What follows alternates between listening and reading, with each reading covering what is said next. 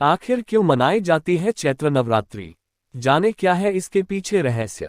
Video को like करें और चैनल सब्सक्राइब नहीं किया हो तो कर ले, ताकि ईश्वर के वीडियो मिलते रहें। 22 मार्च 2023 बुधवार से चैत्र नवरात्रि का पर्व प्रारंभ हो रहा है। नवरात्रि 9 दिनों का पावन पर्व है, जिसमें मां दुर्गा के 9 स्वरूपों की पूजा की जाती है। नवरात्रि के पहले दिन कलश स्थापना होती है। चैत्र नवरात्रि का समापन राम नवमी को होता है। आइए जानते हैं चैत्र नवरात्रि मनाने का क्या है कारण। हिंदू धर्म में प्रचलित मान्यताओं के अनुसार चैत्र नवरात्रि के पहले दिन मां दुर्गा का जन्म हुआ था और मां दुर्गा के कहने पर ही ब्रह्मा जी ने सृष्टि का निर्माण किया था, इसलिए चैत्र शुक्ल प्रतिपदा से हिंदू वर्ष शुरू होता है। इसके अलावा कहा जाता है भगवान विष्णु के 7वें अवतार भगवान राम का जन्म भी चैत्र नवरात्रि में ही हुआ था, इसलिए धार्मिक दृष्टि से भी चैत्र नवरात्र का बहुत महत्व है। चैत्र नवरात्रि मनाने के पीछे एक और पुरानी कहानी है, जिसके अनुसार दशानन रावण की ताकत के बारे में सभी देवी देवताओं को पता था। इसलिए सीता को लंका से वापस लाने के लिए जब श्रीराम रावण से युद्ध करने जा रहे थे, तो उन्हें देवताओं ने मां शक्ति की उपासना और आराधना कर उनसे विजय का आशीर्वाद लेने की सलाह दी। भगवान राम ने मां शक्ति की विधिवत पूजा प्रारंभ कर दी। मां को फूल अर्पित करने के लिए 108 नीलकमल की व्यवस्था की। इसके साथ ही मंत्रोच्चारण के साथ पूजा शुरू कर दी।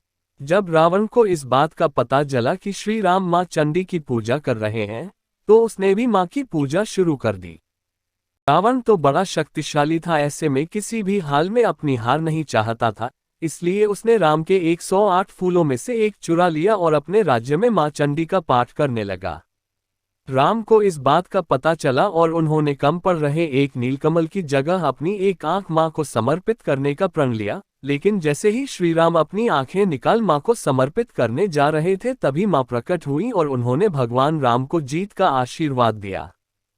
जब रावण चंडी पाठ कर रहा था, तभी हनुमान जी वेश बदलकर ब्राह्मण के रूप में रावण के पास पहुंचे।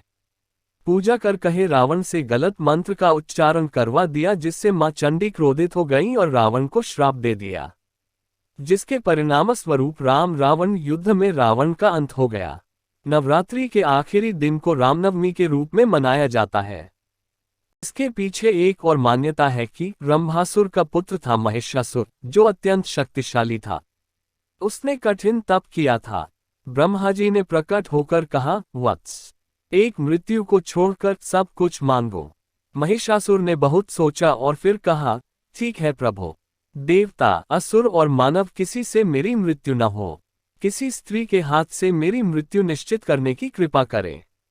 ब्रह्मा जी एवमस्तु कहकर अपने लोक चले गए। वर प्राप्त करने के बाद उसने तीनों लोकों पर अपना अधिकार जमाकर त्रिलोकाधिपति बन गया। सभी देवता उससे परेशान हो गए। तब सभी देवताओं ने आदिशक्ति जगदम्बा अम्बे का आह्वान किया और तब देवताओं की प्रार्थना सुनकर माता रानी ने चैत्र नवरात्रि के दिन अपने अंश से 9 रूपों को प्रकट किया। इन 9 रूपों को देवताओं ने अपने अपने शस्त्र देकर महिषासुर को वध करने का निवेदन किया। शस्त्र धारण करके माता शक्ति संपन्न हो गई। कहते हैं कि 9 रूपों को प्रकट करने का क्रम चैत्र माह की शुक्ल प्रतिपदा से प्रारंभ होकर नवमी तक चला, इसलिए इन 9 दिनों को चैत्र नवरात्रि के रूप में मनाया जाता है। अगर आप ईश्वर में विश्वास रखते हैं तो इस चैनल को सब्सक्राइब जरूर करें और वीडियो लाइक करना नहीं भूलें।